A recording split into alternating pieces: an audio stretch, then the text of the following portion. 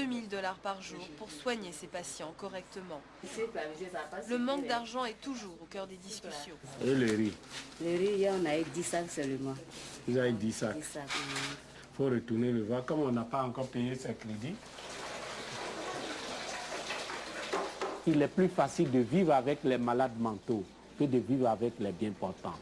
Parce que ce sont des gens qui acceptent tout ce qu'on leur donne. Ils peuvent manger du riz matin, midi, soir pendant tout le mois. Ils ne se plaignent pas parce qu'on n'a pas les moyens. Ils savent qu'on n'a pas les moyens. Oh! Alors, comment ça va ici? Bon appétit! Ça chauffe là! Mon but principal, ce n'est pas forcément la guérison, mais c'est la dignité de l'homme. Une façon de redonner la dignité à ces personnes souffrant de maladies mentales, c'est de leur apprendre à travailler, de leur apprendre un métier. Après avoir été au centre d'accueil, ils se retrouvent ici, au centre de réhabilitation, où ils apprennent à tisser, à faire de l'élevage, et tranquillement, ils reprennent confiance en eux. Ils redeviennent des personnes à part entière. Beaucoup sont schizophrènes ou maniaco-dépressifs et ont développé au cours des années une psychose. Avec une approche thérapeutique, spirituelle, en plus des médicaments, les patients retrouvent un certain équilibre. À Saint-Camille, c'est une seconde famille, comme on le dit. Les malades, les bénévoles, vous êtes tous des gens, vous vous occupez, vous travaillez, on ne vous regarde pas comme un ancien malade, on ne vous indexe pas. Christian assure la comptabilité à Sainte-Camille. Mais il y a quelques années, il avait sombré dans la dépression. J'étais complètement irrécupérable. La folie, comme on les regarde dans les rues, nus, torse nu, en train de mendier, ou même de se coucher, se vautrer dans la poussière sur le trottoir. Et j'étais, moi, allé au village. Mes parents m'ont récupéré comme ça, ils m'ont mis le pied dans le bois parce qu'ils ont peur que je meure comme ça dans la nature. Un psychiatre hors du commun. Le docteur Bizosa suit les patients du centre Sainte-Camille. Il est devenu aujourd'hui leur ami, leur confident. On se dit, bon, ces personnes-là sont foutues. Hein, c'est comme une mort sociale. On se dit, bon, on ne peut pas les récupérer, quoi. C'est ça qui est dans la pensée des gens. C'est qu'ils sont irrécupérables. Même la famille est convaincue qu'ils sont irrécupérables.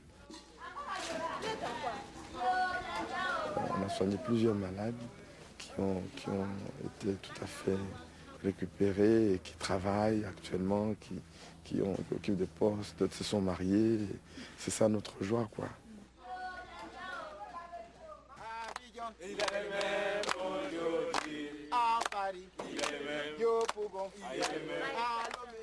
C'est le grand départ pour Amadou et Clémentine. Ils retournent dans leur village natal. Au revoir. Au revoir, bon voyage.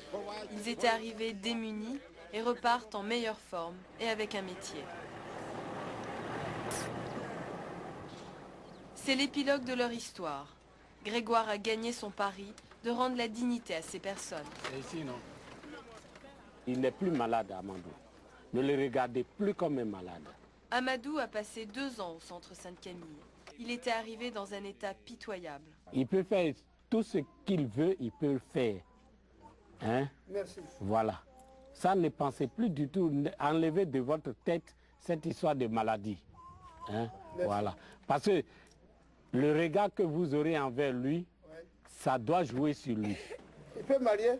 Bien sûr, pourquoi pas? Pourquoi pas? Il peut bien se marier. Oui. Bon, un monde comment? Amadou revient chez lui presque en héros. Il faut que le vieux aussi voit, peut dire... Il peut cultiver au champ, faire du commerce. Pour son père, il est redevenu un homme. Je suis bien content. Aujourd'hui, je suis tellement content. Oui.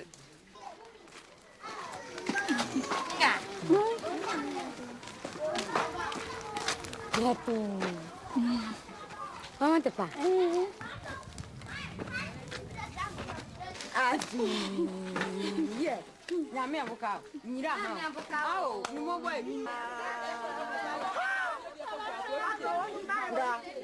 Ce sont les retrouvailles aussi pour Clémentine. Elle n'est pas revenue au village depuis presque 1 an.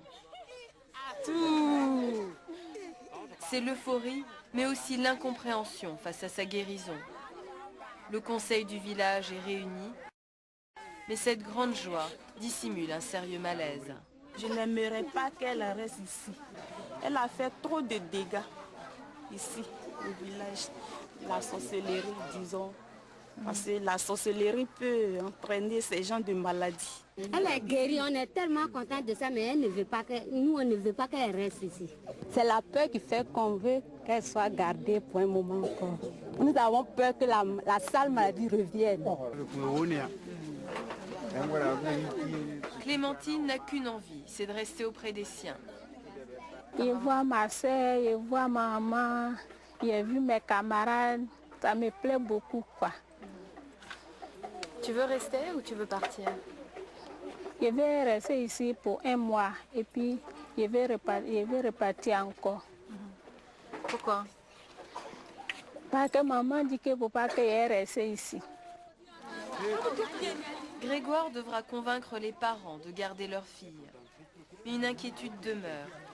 La famille fera-t-elle le suivi médical nécessaire pour éviter toute rechute à Clémentine?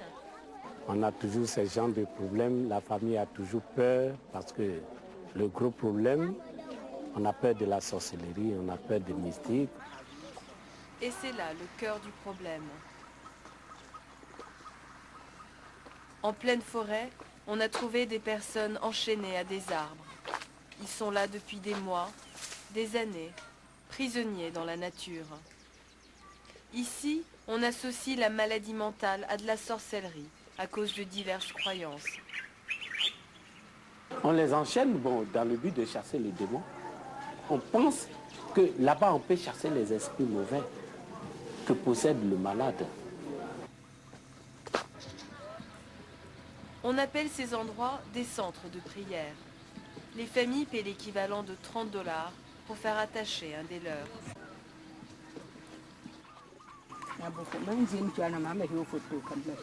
Rares sont les parents qui viennent les nourrir.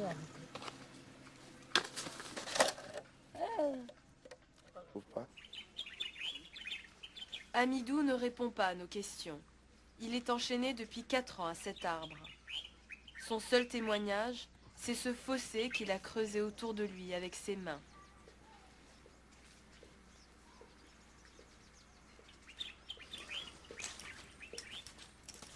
Grégoire ne peut le libérer sans l'accord de sa famille. Ça me révolte. Ça me révolte. On ne peut pas continuer à voir ces scènes. Ils n'ont pas cherché à être malades. Ils sont nés comme tout homme.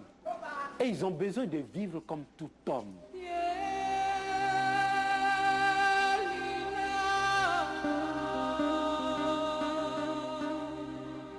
Leur donner une seconde chance, un nouveau départ. Depuis la création de Sainte-Camille, il y a 15 ans, 2000 malades ont été réhabilités. Chacun d'entre eux est une victoire pour Grégoire, qui mène un combat sans relâche.